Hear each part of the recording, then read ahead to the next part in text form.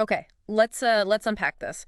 You pointed us towards some really compelling information about this group, Public Enemy Number One, or PEN1. That's right. PEN1. We've got articles here. They detail their history, their activities, even some pretty unique ways they, identify themselves. So our mission, really, in this deep dive is to sift through all this source material and pull out the really insightful details. Yeah, the stuff that gives you a picture beyond just the headlines or the name itself. Exactly. Get a richer understanding. Absolutely. And this material, it really offers a chance to look beyond that surface level, understand some of the maybe complexities behind the group. Right. We're aiming to give, a clear, pretty comprehensive picture from how they started, which is kind of unexpected. Yeah, we'll get into that. Right up to their more recent activities, their connections, Yeah. but keeping it focused. Okay, so let's start right there at the beginning, because this is where it gets, well, surprising, like you said. Unlike what maybe you'd assume about a group with, that kind of name. Right, Public Enemy Number One. Sounds like prison, right? Exactly. But they didn't start there. The sources are really clear. They came out of the hardcore punk scene. Long Beach, California, way back in '86. Yeah, 1986, punk scene. It definitely challenges that typical perception, doesn't it? It really does. What's your, initial thought on a group like this coming out of that subculture? Is there a connection there? Well, it's interesting because it suggests the initial bonds maybe weren't purely criminal, perhaps more about a shared identity, rebellious, anti-establishment energy. That kind of thing can sometimes, under, certain circumstances. Like I'm thinking to something else. Exactly. Can morph into something more organized, maybe more criminal. It just shows that the roots can be pretty unconventional, even for groups we think we understand. And the story, it doesn't just stay in Long Beach, does it? No, it moves. The info we have shows this pretty significant shift. By the 90s, their main base seems to become Orange County. Right. OC. And this move, it looks like it happened around the same time as another big change, who they were recruiting. They started pulling in white suburban kids, adolescents, not just the punk scene anymore. It's a definite demographic shift. So now their main turf is still Orange County and the Inland Empire mostly. Smaller presence maybe in San Diego, LA counties. What do you think prompted that geographical move and the change in who they were bringing in? Well, if you look at how gangs often evolve, it's not that unusual, really. Adapting their territory, their recruitment, it's part of maturing, in a way. Okay. Move into Orange County, targeting suburban youth. That sounds like it could have been strategic, tapping into a different demographic. Maybe one with more resources? Could be resources, could be fewer established rivals at the time. Allows them to expand their reach, their influence. It's often about spotting opportunities for growth. Makes sense. The sources also give us a sense of their size, estimated around, 400 to 500 drummers? Roughly, yeah. That's the figure cited. But what really stood out to me is how they identify themselves. Beyond just PN1, they use this number, 737. Ah, the keypad code. Yeah. You look at a phone keypad, 737 lines up with PDS. For PNI Death Squad, another name they use. Right. It's pretty clever, isn't it? Almost like a code only they'd get. Yeah, it is. And using numerology or codes like that, it's quite common in various groups, actually. Really? Oh, yeah. The phone keypad thing is maybe a more modern twist on it. Yeah. Allows for, a bit of subtlety. Right. Identifying each other, signaling who you are, but maybe not being totally obvious to outsiders. It builds that in-group feeling. And it's not just numbers. The info also mentions tattoos, acronyms like PENI, PDS. Pretty standard gang identifiers, tattoos. But here's something else.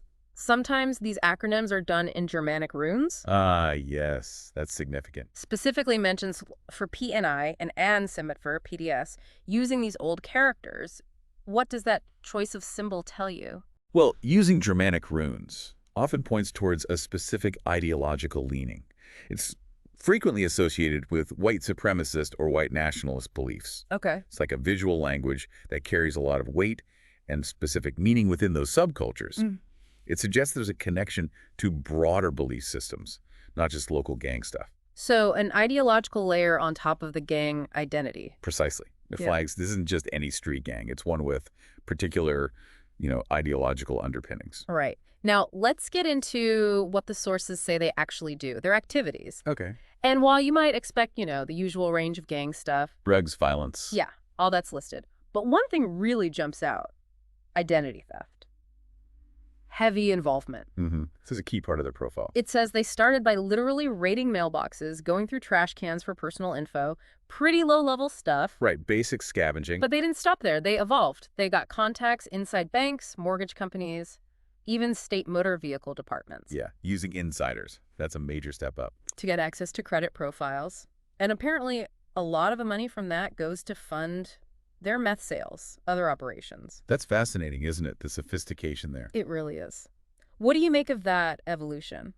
Well, it shows adaptability, a willingness to learn and change tactics, moving from simple physical theft, like mailboxes, to cultivating insider connections.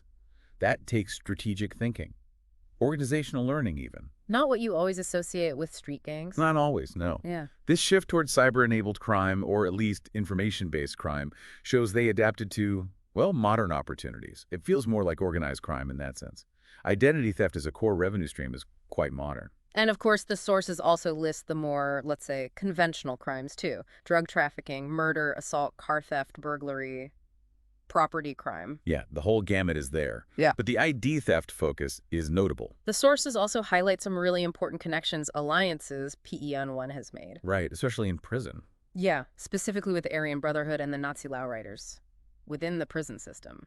Very significant alliances. We even learned that one of PEN1's founders, Donald Popeye Massa? Popeye, yeah. He actually became a made member of the Aryan Brotherhood. Which is a huge deal in that world. Yeah. The AB is, highly influential, notoriously violent. So what does an alliance like that, especially Massa becoming a full member, tell us? It's critical for understanding the power dynamics, especially inside prisons. For a PEN1 founder to get that level of acceptance from the AB signifies deep trust, deep integration. It suggests PEN1 isn't just some minor group. They play a real role within that larger white supremacist prison network, both inside and probably outside prison walls, too. So these connections give them protection, help them operate. Absolutely. Protection, facilitating criminal activities, extending their influence far beyond just their own members. These prison alliances are key. And it's clear law enforcement has been paying attention for a while now. Oh, definitely. They're on the radar. There was Operation Stormfront back in December 2010, led to 50 arrests, PEN1 members and affiliated gangs. I remember that. A major operation. And then, much more recently, January 2024, another big operation, 57 PEN1 members arrested. And this was after authorities found a hit list. A hit list, yeah. Targeting officials?